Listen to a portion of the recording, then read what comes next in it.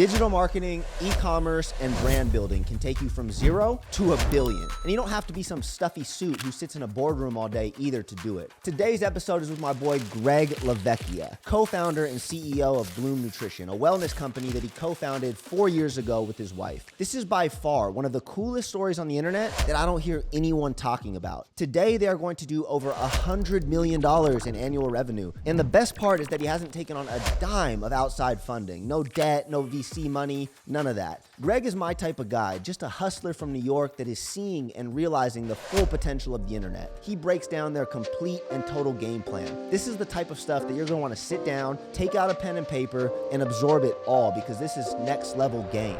Let's lock in. Welcome to Bloom headquarters.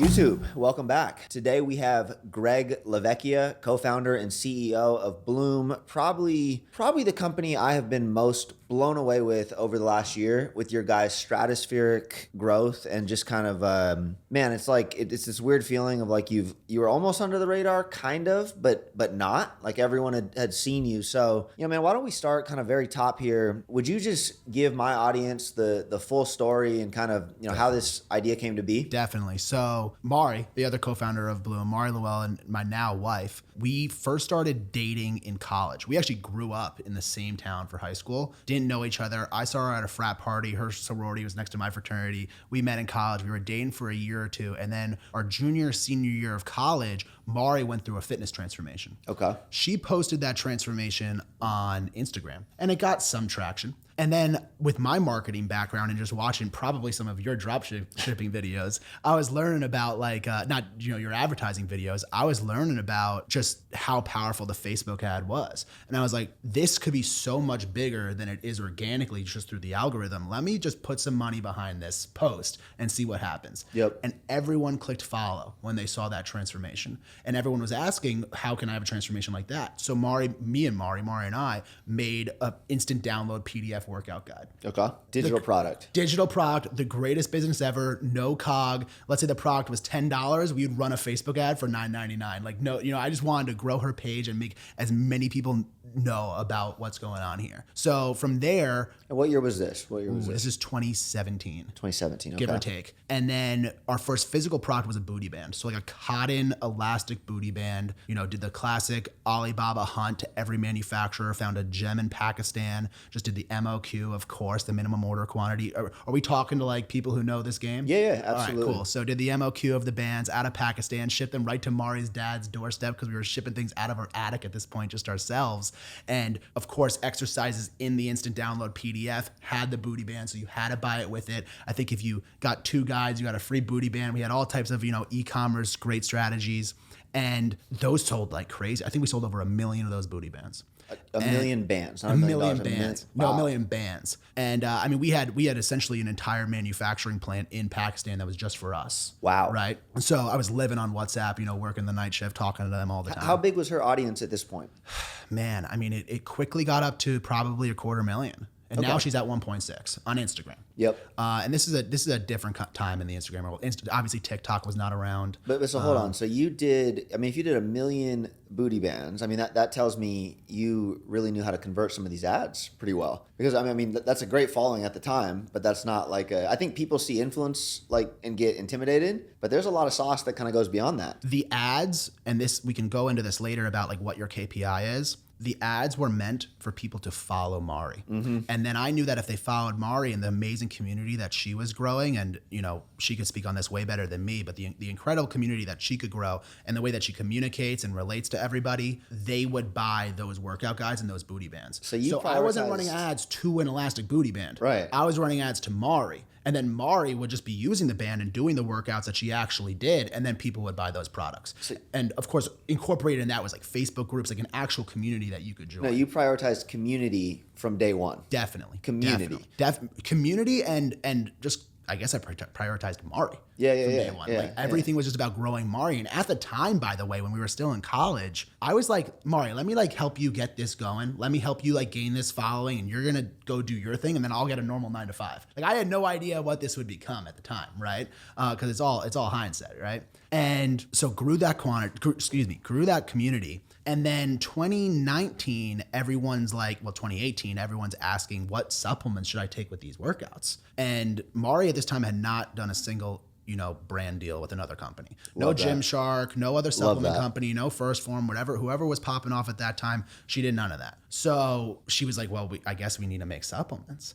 And so I call every manufacturer in the tri-state area. We're living in New York at the time. And I was like, I just want this manufacturer to be able to be a place I can drive to, which, I can never do this whole Zoom thing. I can never do this whole like globalization or like entire nation. So found a place in New Jersey. We're living in New York. I was able to go like see the real product getting made, go shake some hands, go like see who we're working with. And we ordered the minimum order quantity of 3 pre-workout flavors. I think it was grapefruit, pina colada, and green apple. Okay.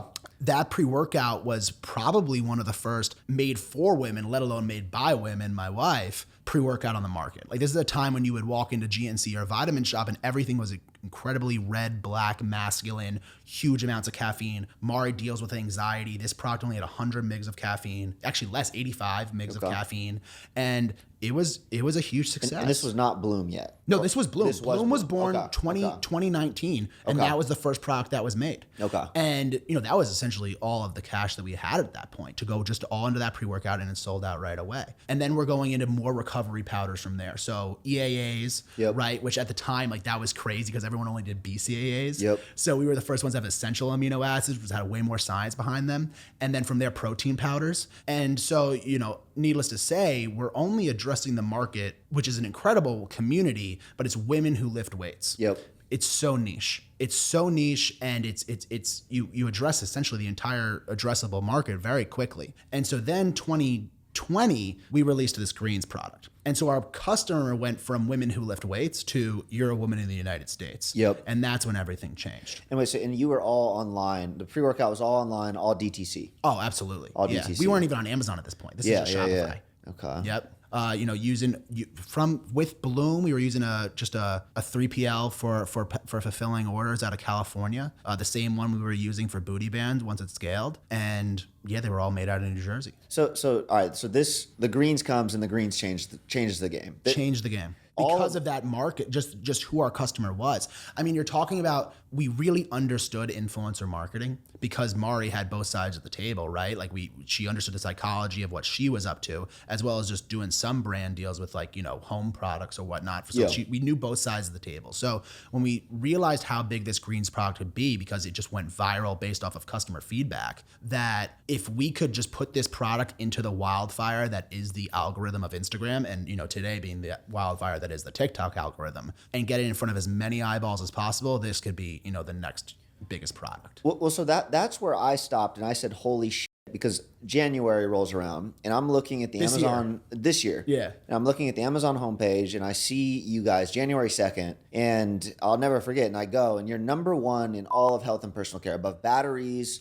above toilet paper. So not only did you get ingrained in the Instagram algorithm and the TikTok algorithm, well, the Amazon algorithm decided you're number 1 as well. And so how did that come to be, right? Because you said you come out with this product, it changes the game, but to be number 1, I mean, that's an 8-figure one product thing a month. Like it's insane. Yeah. So I feel like we skipped a couple steps. Like how did you become, like that's dominant. That's Vital Protein's, stratosphere. Talk me through that. We were, up until 2023, really December 2022, we were pretty heads down. We didn't want to make that much noise. And then, we're calling Target, we're calling Walmart, we're trying to get the distribution that this product deserves and needs because of the community, and everyone wants to be able to get it with ease, that they weren't respecting us. It was very odd. I don't know if it's because, I was 26, 27 at the time. I don't know if it's because no one really understood if these numbers for D2C could translate into retail. But I was like, all right, 2023 is coming along. It's resolution season. We're going to make a splash, to say the least.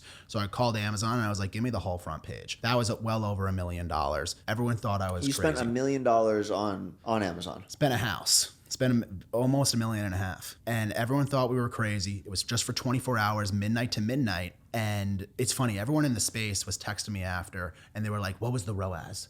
How much did you make from that ad? Should I run that ad?" And I was like, "Oh, this is the big difference between," because I don't talk to anyone in this space. Like, we're very, we keep to ourselves. We've never marketed for like same day ROAS. We're not in this space of like running a Facebook ad, spending $100, hoping we make $200 that day. Like you said, we've always just tried to grow the community. So I was like, how do I just create so much awareness about this product to not only potential customers, but to the people who really are the Illuminati of this space, right? So the Targets, the Walmarts, potential investors, whoever it may be. So I said, well, everyone goes to Amazon.com every day. We need the whole front page. And so that's what we did. And so the next day, at the hottest time of the year, January 3rd, like it was not only like, it made sense. I forget what weekday it was, but it was like the perfect weekday. Like everything was phenomenal. And the next day, Walmart's calling, Target's calling, investors are calling, Nestle's calling, like everyone's trying to figure out what's going on. Like, who are you guys?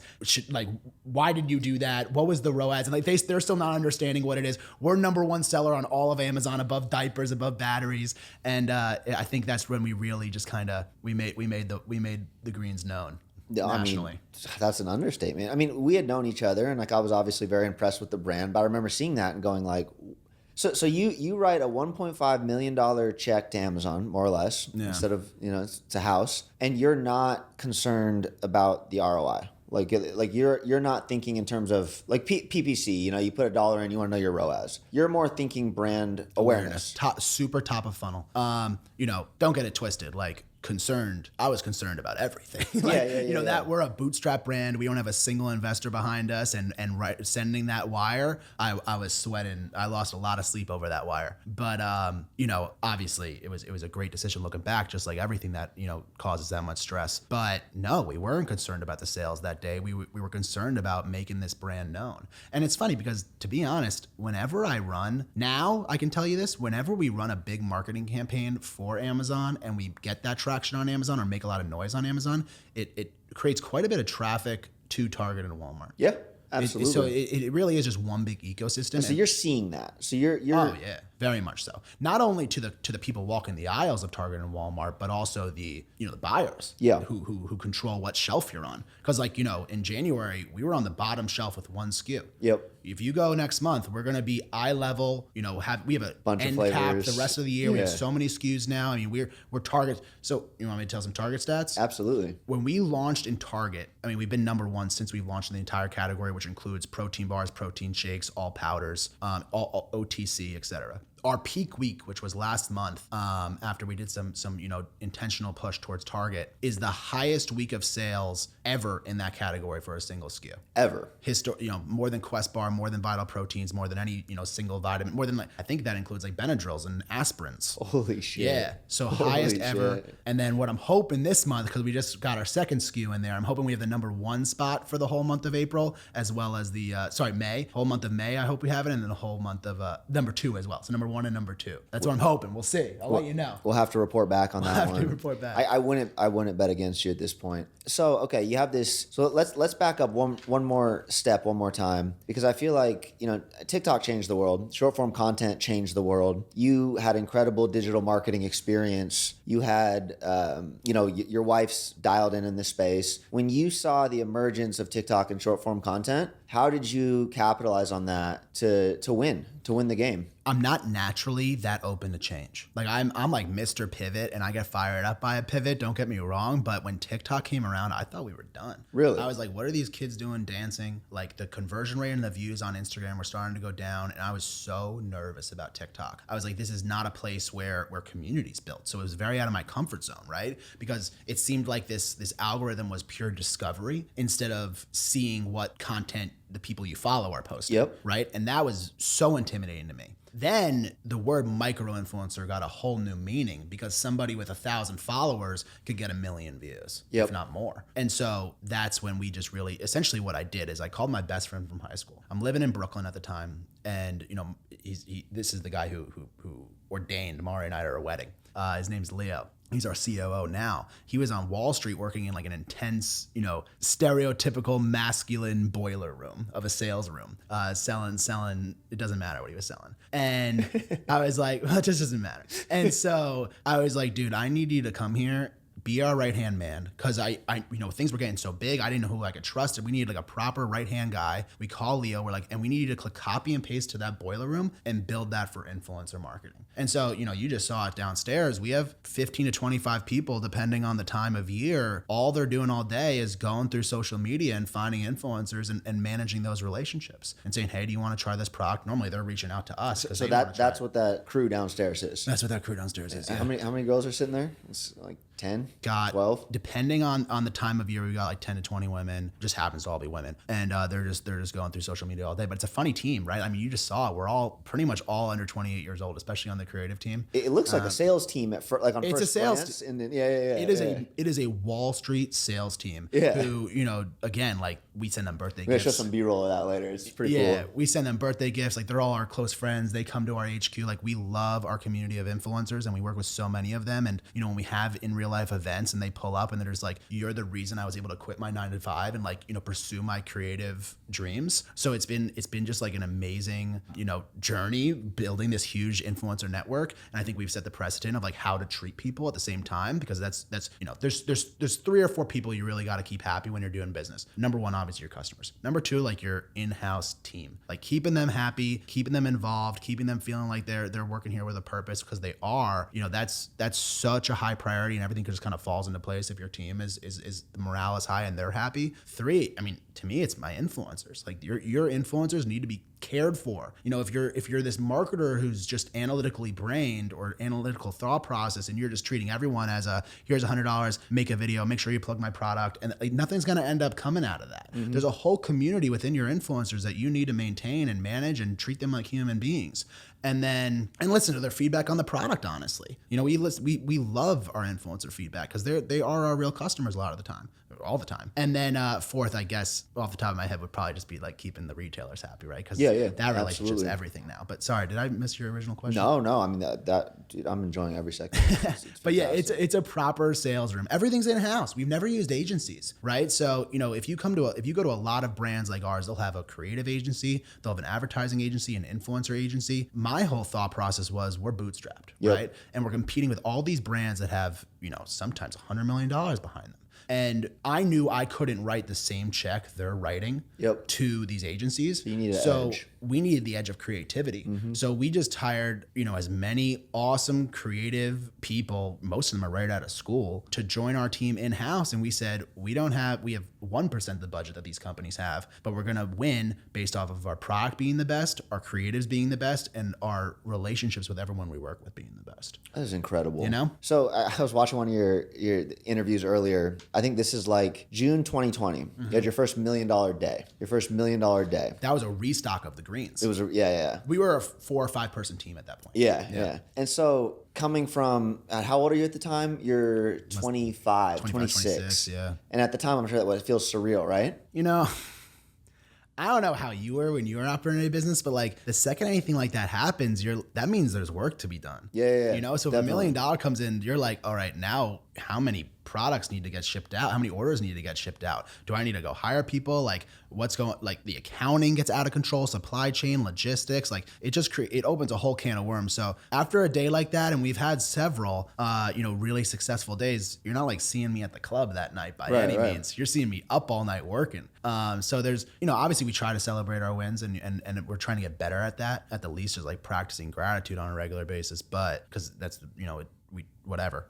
But yeah, you have a day like that, and honestly, it's excitement and it's good, but it's almost like this was the plan, right? It's like this is what we've been working towards. Like we don't really leave failure as an option. I don't know how to explain the emotions that happen after a big W like that. Well, so how do you go from that to, like, I think if you told anyone, like any 23, 24, person that you're gonna have $1 million sales days, they won't believe it. But now you have to go from that to, like, you're very comfortable with it. You said this, like you believe it.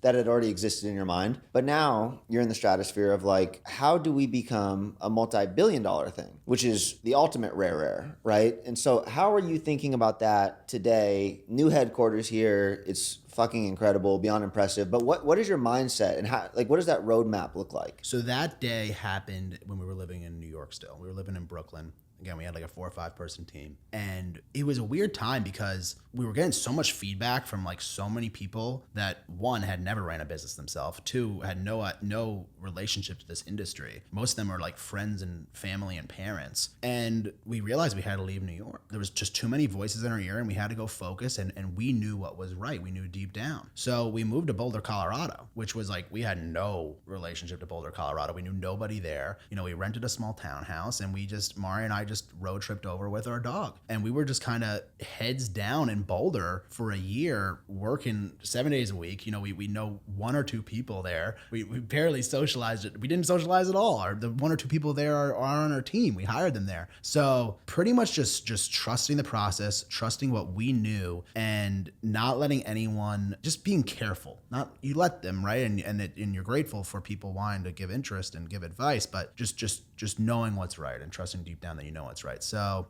I guess that's how we responded. Yeah. Yeah. And you think is that what it looks like going forward as you march towards? It's tough because you do get a lot of feedback. You get a lot of feedback. You get a lot of people giving suggestions on what to do. And 99% of the time, they're people who have never done anything close or anything even related to what you're trying to do or what you've already done. I mean, I'm sure you experience this yourself. Even people giving you advice on what to do with a YouTube channel. Yeah. Oh, you have a YouTube channel? Like, how big is your channel? Mm-hmm. Like, they don't have a channel. And it's very nice of them to try to give advice, but you can't listen to them. Also, even if you hear advice from somebody who's done it, dude, this whole game changes every 6 months. It does. You know what I'm saying? This whole game changes every 6 months. We have a very different blueprint, a very different strategy from brands that existed before TikTok, from brands that existed before Instagram, you know, from brands that existed before Co-Man's existing, right? So it's a very different game every 6 months, and you need to be careful about the advice that you listen to, and you need to trust your gut, because chances are you know what's best, especially if you've already done something successful. To get to this point, you guys are in such an interesting stratosphere at this point, because there's like 5 people who have actually, you know, like there's not even any people in this stratosphere that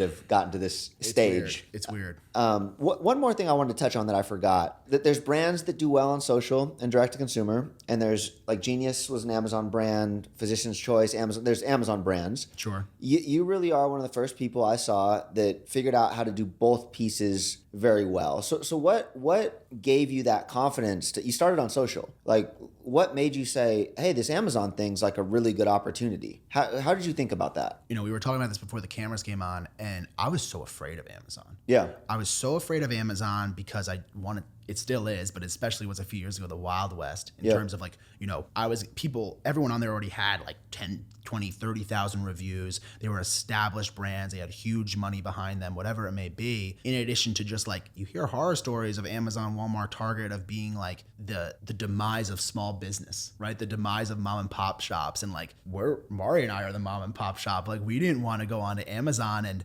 and get demolished, or you don't even know like what this negative outcome is. It's just a vibe or an aura. And I don't know why we decided to get on Amazon, but I was like, screw it. Like, let's give people Amazon Prime. They want free shipping. They want quick fulfillment, and they want, it's just, you know what it is? Especially the TikTok customer, when they see a product on TikTok, they go right to Amazon. They do. Close their app and they go right to Amazon. They do. So if you're trying to blow up a product on TikTok and you're hoping for those views to convert, they won't go to your website. Dude, they won't go to your website. They won't even necessarily go to retail. Like, the TikTok view especially loves Amazon. And you see it translate to Amazon search. And I say this all day. You guys probably get like 100,000 searches just for the one product a month. We very much try to correlate, especially in the beginning when we were building the influencer program, spikes in views, to spikes in TikTok views. To sales on Amazon. Well, at least spikes in page views. Yeah. Right? And I mean, it's a direct relationship for the last 2 years. Direct. So you have analytical proof. Because to me, it was like just kind of obvious. Yeah. You've tracked it, and you say that checks out. You know,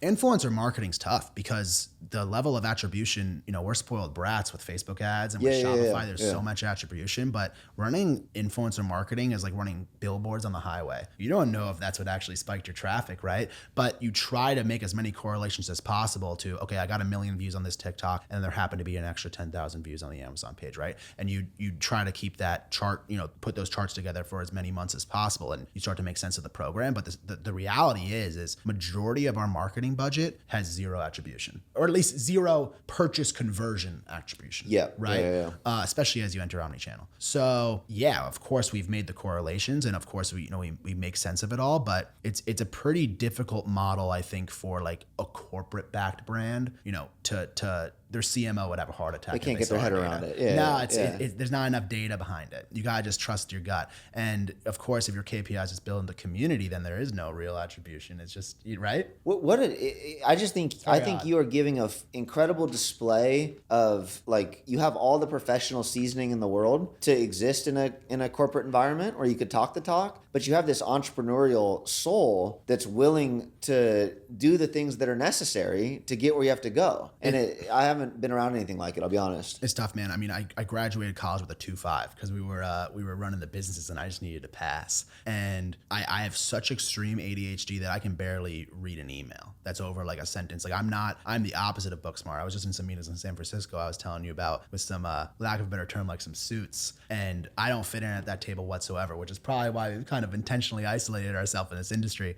But I know how to grow a community, and I know how to have a good product, and I know how to just get that in front of as many eyes as possible. And reading charts, reading data, attribution models, all of those things is very much out of my comfort zone, and I've just kind of embraced that the best that I could. So I can just see the corporate CMO watching this right now, like sweating and getting a little twitchy. It's fucking amazing. Perhaps. I love it. I love it. Man, well, I want to be respectful of your time. I know you have a multi-billion-dollar thing to build. You're a fucking G, bro. Like, seriously, thank you for taking the time today and dropping like this level of game on my viewers. And I know this will help some people. So thank you. Where you plug everything just really quick, kind of. Dude, anyone can DM me on, I think it's Greg Lav's Life. We'll link all of it. Is my Instagram, of course, Bloom Nutrition. Check us out on Amazon or Target or Walmart. But, I think anyone who's out there who hasn't started something yet, just do it. It is the best time in history to start a business like this. And you really have no excuse, whether it's a YouTube channel, whether it's a product, whether it's a service, just please start it, please. Or come work here, because this place is dope. Yeah, LinkedIn me. If you think you can contribute, then pull up. We've got roles open. Hell yeah. Awesome. Thank you so much, sir. Dope.